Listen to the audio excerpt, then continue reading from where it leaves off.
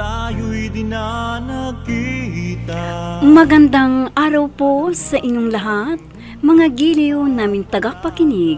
Sa araw pong ito ay matutunghayan po ninyo ang isang kasaysayan na itatampok namin sa linggong ito dito sa ating dulang. Luha! Oh, wala ka bang pasok sa opisina, anak? Bakit ngayon ka lang nagising? Malamig na yung almusal mo. Medyo masamang pakiramdam ko na eh. Kaya tumawag ako sa opisina ko na absent ako muna.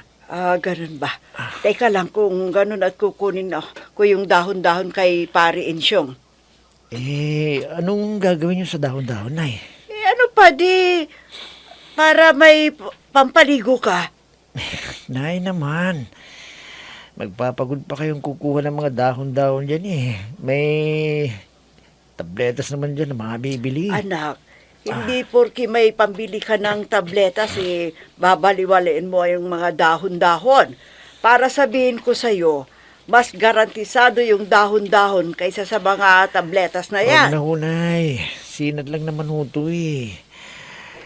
Kaya ko pa namang pumasok sa trabaho kahit may sinat ako. Kaya lang medyo tinatamad na lang talaga ako. Ayun! Lumabas din ang totoo. Tinatamad ka na naman. Pinapairal mo na naman yung katabaran mo.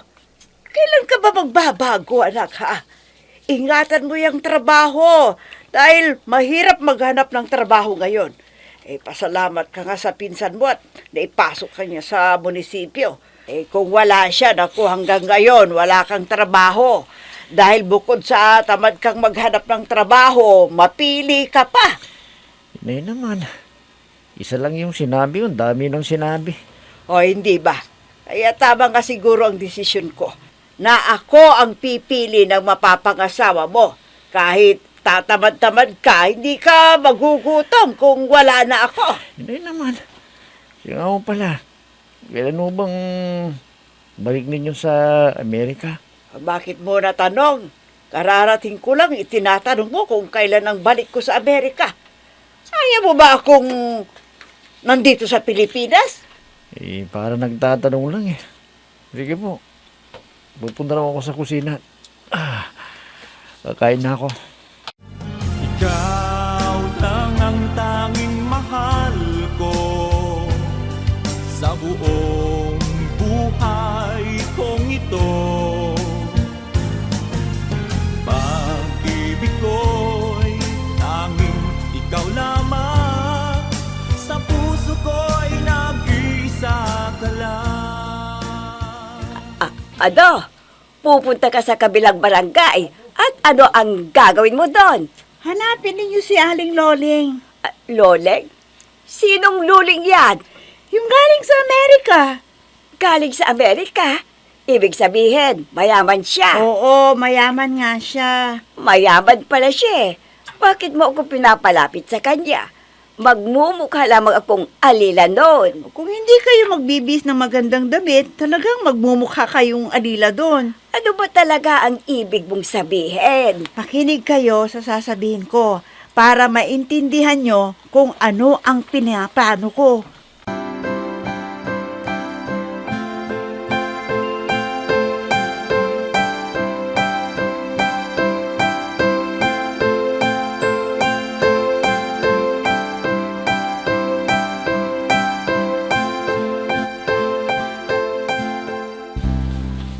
Oh, hay nako, bakit ngayon ka lang? Gabi na. Ano mo naman kung gabi na? Lalaki naman ako. Kahit na. Alam mo, iba na ang panahon ngayon eh. Ay siya nga pala, tumawag na ang auntie mo, pinapabalik na ako sa Amerika. O ikaw, kailan mo planong bumalik ng Amerika? Inay naman.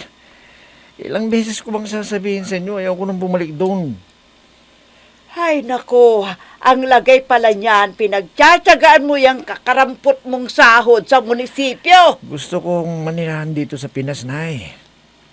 Nagsasawa na ako doon sa Amerika.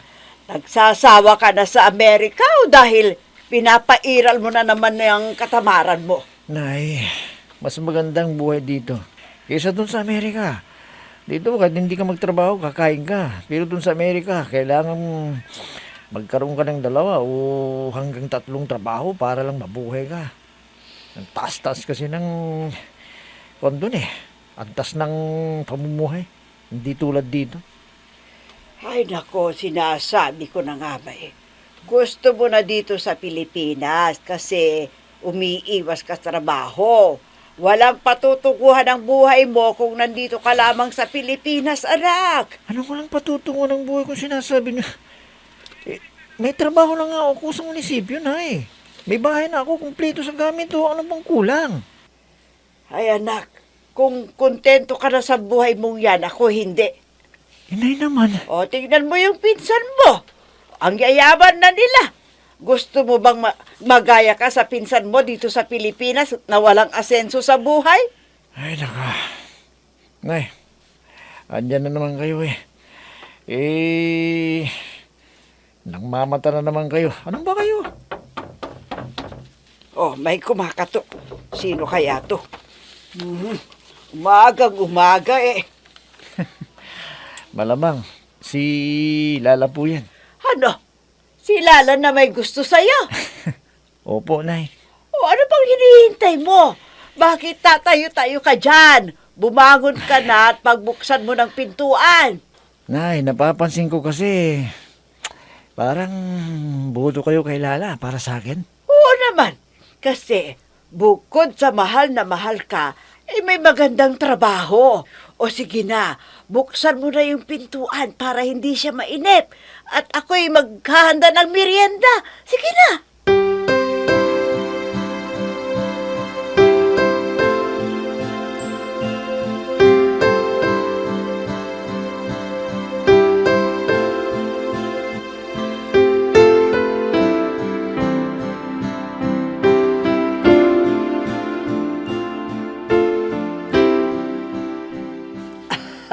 Halika dito sa loob, Lala. Pumasok ka. Salamat po, Tita Loleng. Para nga po pala sa inyo at kay Raul. Ha? Ano ba to? Marami pong niluto si Inay eh. Kaya't naisipan ko kayong dalan dito. Para naman matikman ninyo. Naku, ang batang ito. Oo, nag-abala ka pa. Ito pa pala para sa inyo. Ha? Para sa akin? Oho! Nabanggit kasi sa akin ni Raul nung isang araw na birthday ninyo nung isang araw. Ay, naku, oo. Birthday ko nga, kaya lang, pasensya ka na dahil hindi kita naimbita. Itong si Raul, niyaya kaming kumain sa labas kasama yung kapatid niya. Oho, nabanggit rin po niya sa akin na kayo lang na pamilya ang nag-celebrate. Oo, sinabi ko naman sa kanila na hindi na ako magagastos kasi sayang lang ang perang gagastusin. Pero mapilit silang magkakapatid. Sila na raw ang bahala. O sige, sabi ko, total, pera naman yung magkakapatid. Ay, nako. Oh, ano ba naman ako? Salita ako ng salita. Halika, pumasok ka muna para makapagkwentuhan pa kayo ni Raul. Ho? Bakit ho? Naririto pa ho si Raul? Hindi ho ba siya pumasok sa trabaho? Ay, nako, nasa higaan pa. Masama raw ang pakiramdam kaya hindi pumasok. At teka, mabuti pa. Halika, maupo ka. Ipagtitimpla kita ng maiinom mo habang hinihintay mo siyang lumabas ng kwarto. Ano bang gusto mong inumin? Juice o soft drinks? Hindi na ho bale. Babalik na lang po ako mamaya. Paggising na ho si Raul.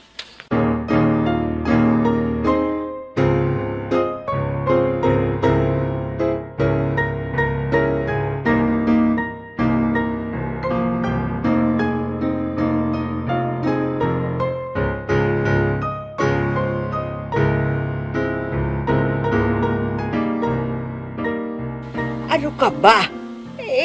Pabalik-balik dito si Lala. Bakit hindi ka man lang lumabas ng kwarto mo?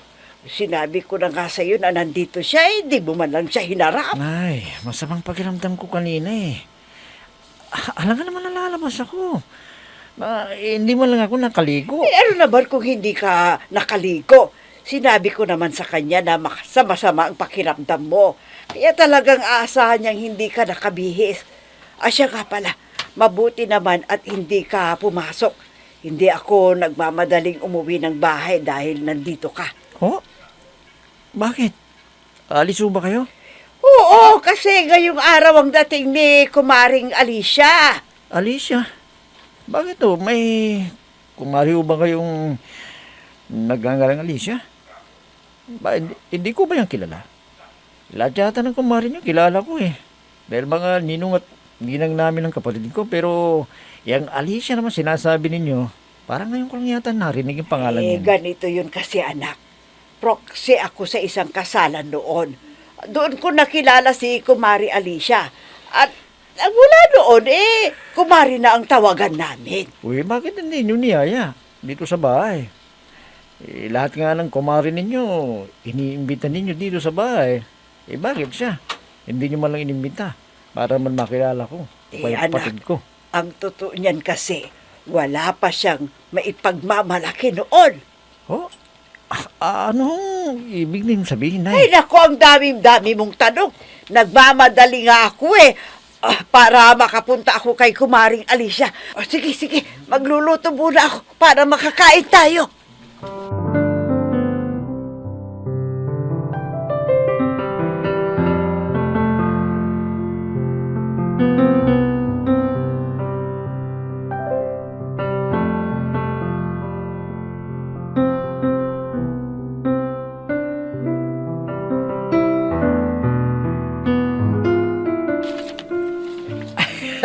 Ay, Kumaring Alicia, kumusta ka na?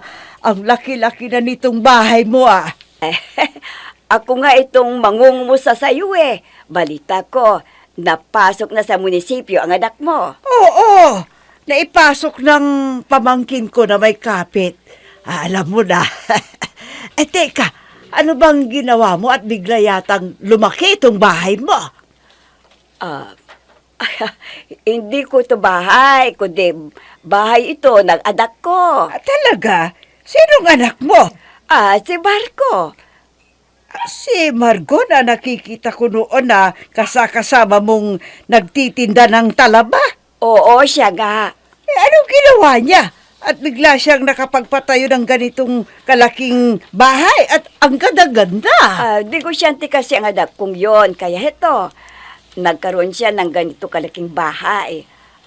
Teka, di ka yata kumain Halika dun sa loob ng bahay.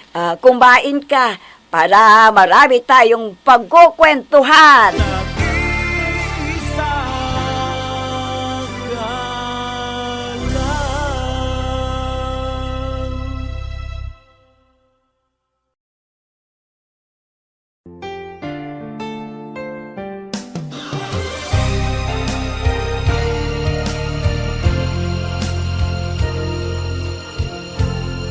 Magmula nang tayo'y di na nagkita. Oh, kumusta ang pag-uusap ninyong dalawa ng lalaking kausap mo kanina? Nanliligaw rin ba yun sa'yo? Oho, kita nyo naman. Siya pa ang pumunta dito sa bahay. Di nanliligaw rin sa akin. Anak, hindi kita pinagbabawalang tumanggap ng manliligaw. Pero sana naman ay piliin mo ang lalaking mamahalin mo. Alam mo naman sa panahong ito wala nang halaga sa kanila ang prinsipyo. Hindi baling gumawa ng hindi maganda, umasenso lang ang buhay. Huwag kayong mag-alala, inay.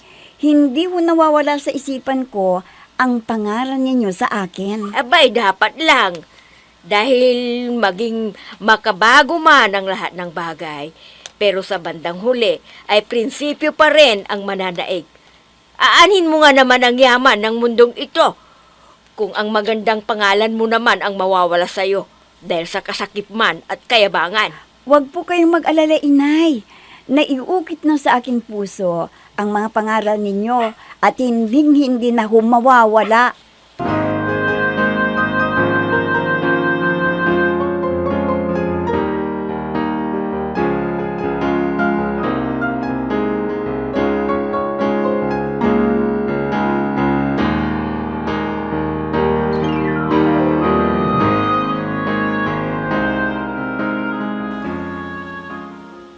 Mga kaibigan, huwag kayong mahihiya. Kumain lamang kayo na kumain. Marami pang pagkain. Oh, ang dami mo palang bisita. Ay, oo. Mga kaibigan yan ng anak ko. Alam mo naman na ang anak ko, pala kaibigan. Teka, yan ba yung anak mo na tinutukoy may asawa na? Foreigner ba ang napakasawa ng anak mo? At nagkaroon siya ng ganitong kalaki at kagandang bahay? Ay, dalaga pang anak ko, no? Pikan yon sa lalaki. Ganun ba? Halika dito, Loleng. Sabayan mo kami ng anak ko na kumain. Mabuti pa nga, para naman makilala ko yung sinasabi mong anak mo.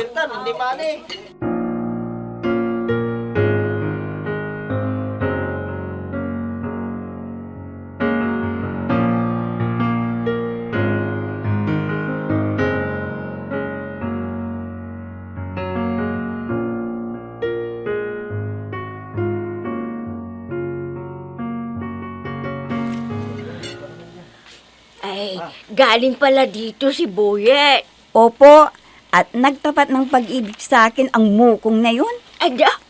Ay, nagtapat ng pag-ibig sa'yo si Boyet? Abay, mabuti kung ganon. Matagal ko nang hinihintay. Naligawan ka ni Boyet. Dahil bukod sa matatag, ang kanyang trabaho mabait pa. Pero hindi ko siya mahal.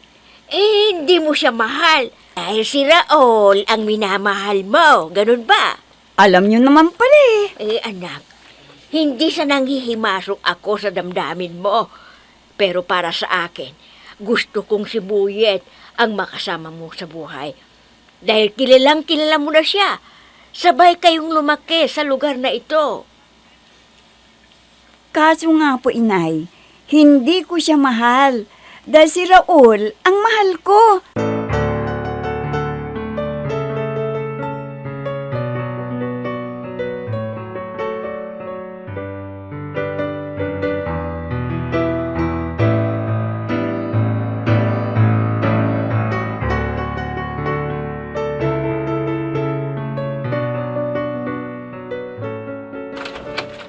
Oh, Kumari Alicia, ikaw pala. May kasama ka. Siya si Margo, ang sinasabi kong anak ko. Margo, siya si Kumari Loleng. Siya ba? Ay nako, hindi ka ba lang nagsabi na pupunta ka dito? Hindi tuloy ako nakapaghanda. Ay, ito naman, para ka na mag-another. Ano pang silbi ng magkumari natin? Ay nako, pagpasensya ninyo itong bahay ko hindi ko alam na darating kayo. Hindi ako tuloy nakapaghanda ng kakainin natin. Halika kayo, pumasok kayo. Oh, anak, halika. Pumasok daw tayo. Teka, paano nyo nga pala nalaman tong bahay ko? Ay, ano pa? Di nagtanong-tanong kami at kilalang kilala ka pala dito, ha? Sinabi lang naming balik bayad si Lolek, ay kaagad ang balik ng tanong sa akin. Ay, syempre naman. Alam mo, kilala ko sa lugar na to. Banggitin mo lamang ang pangalan ko at balikbayan. Agad-agad nilang ituturo tong bahay. Sale! Halika nga dito sandali at mayroon akong iuutos sa'yo. Sale!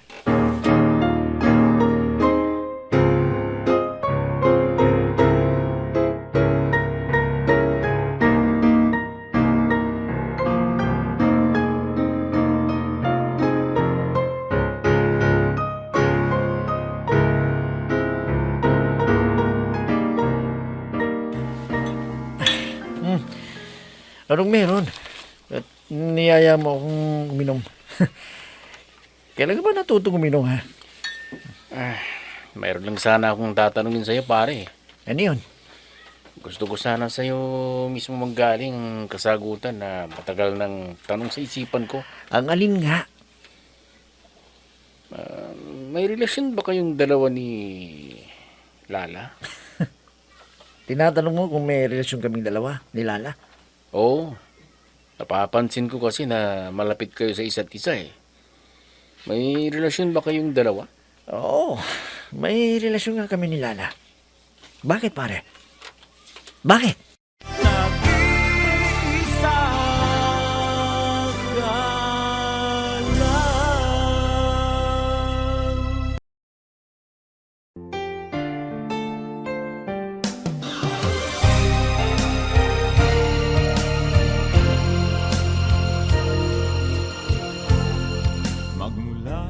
May relasyon nga ba sina Raul at Lala? Mga giliw naming tagapakinig, sundan bukas ang karugtong ng kasaysayan na itinampok namin sa linggong ito dito sa ating tulang. Luha. Mga nagbibigay buhay sa ating dula ay sina Mayra Abrehal Narnola, Susan Madikdem, Robert De Guzman, Yun Cabato, Emma Dalope, Andrea Solar, Ami Diaz, Jonathan Bravo, at si Oscar Ora. Technical Supervision at Musika, Oscar Ora. Nilapatan ng tunog ni Robert De Guzman, Willie Francisco. Sa panulat at direksyon, Eva Alcoriza. Inihahandog sa inyo ng F3 Recording Studio para sa Pambansang Radyo ng Pilipinas, Bombo Radio, Philippines.